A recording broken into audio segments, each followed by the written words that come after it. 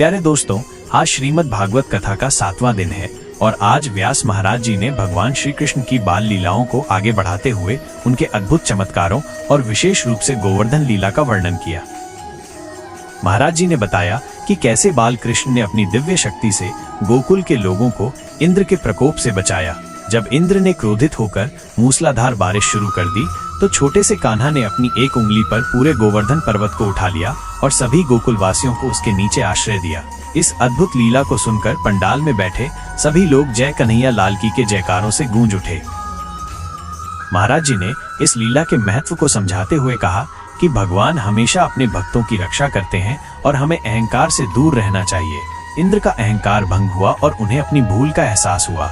आज की कथा में कालिया नाग के दमन की कथा भी सुनाई गई, जिसमें बाल कृष्ण ने यमुना नदी में रहने वाले विषैले कालिया नाग को अपनी लीला से पराजित किया और नदी के जल को शुद्ध किया। यह कथा भगवान की शक्ति और उनके द्वारा किए गए लोक कल्याणकारी कार्यों का अद्भुत उदाहरण है। इसके अलावा महाराज जी ने माखन चोरी की लीलाओं का भी विस्तार से वर्णन किया, जिसमें गोपियों के साथ कृष्ण की प्यारी नोक झोंक और उनके प्रेम भरे संबंध को दर्शाया गया।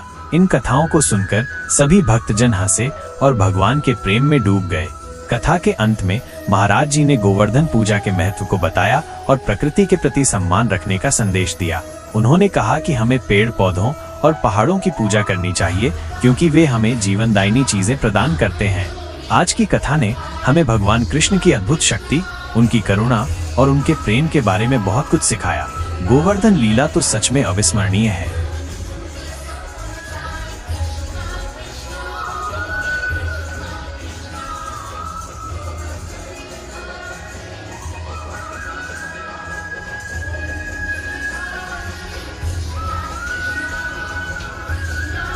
भंडारे के बाद पंडाल में हमारी पहाड़ी संस्कृति का अद्भुत नज़ारा देखने को मिला।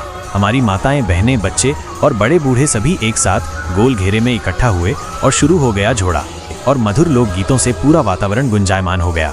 आप इस वीडियो में देख सकते हैं कि कैसे हमारी संस्कृति में हर कोई अपनी जड़ों से जुड़ा हुआ है और कितने आनंद के साथ इन पारंपरिक नृत्यों और गीतों का हिस्सा बनता है।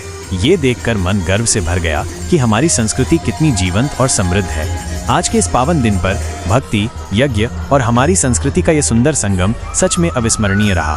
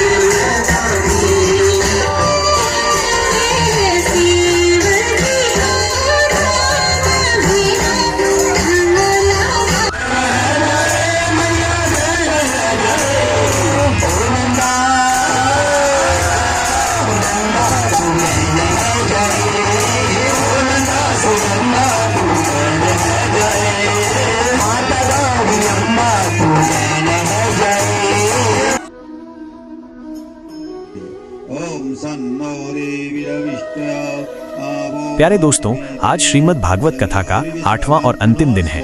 आज कथा का पारायण हुआ, यानी श्रीमद् भागवत के सभी अध्यायों का समापन हुआ। व्यास महाराज जी ने बड़े ही भावपूर्ण तरीके से अंतिम अध्याय का पाठ किया। पारायण के बाद पवित्र हवन यज्ञ शुरू हुआ। सभी यजमानों ने मिलकर वेद मंत्रों के उच्चारण के साथ आहुतियां डाली। यज्ञ की अग्नि में श्रद्धा और भक्ति की सुगंध घुली हुई थी और पूरा वातावरण सकारात्मक ऊर्जा से भर गया था। यह दृश्य बहुत ही दिव्य और शांति प्रदान करने वाला था। और अब यहाँ का माहौल तो और भी प्यारा हो गया है। देखो तो कैसे छोटी छोटी प्यारी कन्याएं सजी धजी बैठी हैं। उनके चेहरे पर एक दिव्य तेज है, जैसे माँ दुर्गा स्वयं विराजमान हो। पंडित जी मंत्रोच्चारण कर रहे हैं। उन्हें हलवा, पूरी, खीर और अपनी पसंद के कितने सारे व्यंजन परोसे जा रहे हैं। और फिर जिसका सभी को बेसब्री से इंतजार था, विशाल भंडारा। कथा में आए सभी भक्तजनों और गांव के लोगों ने पंक्तिबद्ध होकर प्रसाद ग्रहण किया। तरह तरह के स्वादिष्ट व्यंजन बने थे और सभी ने बड़े प्रेम और सौहार्द के साथ भोजन किया। हाँ दोस्तों, मैं जानता हूँ कि मैं भंडारे की ज़्यादा वीडियो शूट नहीं कर पाया, क्योंकि मैं भी थोड़ा व्यस्त हो गया था। ये देखिए, यहाँ मैं पूड़ी बनाने में हेल्प कर रहा था और थोड़ा बहुत वितरण में भी हाथ बटा रहा था। सच कहूँ तो सेवा करने में इतना मजा आ रहा था कि वीडियो बनाने का ध्यान ही नहीं रहा। उम्मीद है आप समझेंगे।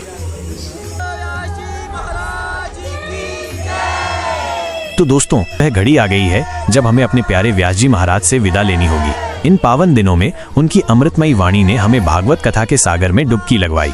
ज्ञान और भक्ति की जो गंगा उन्होंने बहाई, उसने हम सबके हृदय को पवित्र कर दिया। यह कथा सिर्फ कहानी नहीं थी, बल्कि जीवन का सार थी, जिसे महाराज जी ने अपनी अद्भुत शैली से हम तक पहुंचाया। हम सब मिलकर व्यास जी महाराज का हृदय से आभार व्यक्त करते हैं। उन्होंने अपना अमूल्य समय और ज्ञान हमें दिया। उनकी कृपा से हमने जीवन के कई गूढ़ रहस्यों को समझा और भक्ति के मार्ग पर आगे बढ़ने की प्रेरणा पाई। महाराज जी, हम आपको प्रणाम करते हैं और प्रार्थना करते हैं कि आपका आशीर्वाद हम पर हमेशा बना रहे। आप जहां भी रहें, स्वस्थ और प्रसन्न रहें। हम आपके पुनः आगमन की प्रतीक्षा करेंगे। बोलिए व्यास भगवान की जय।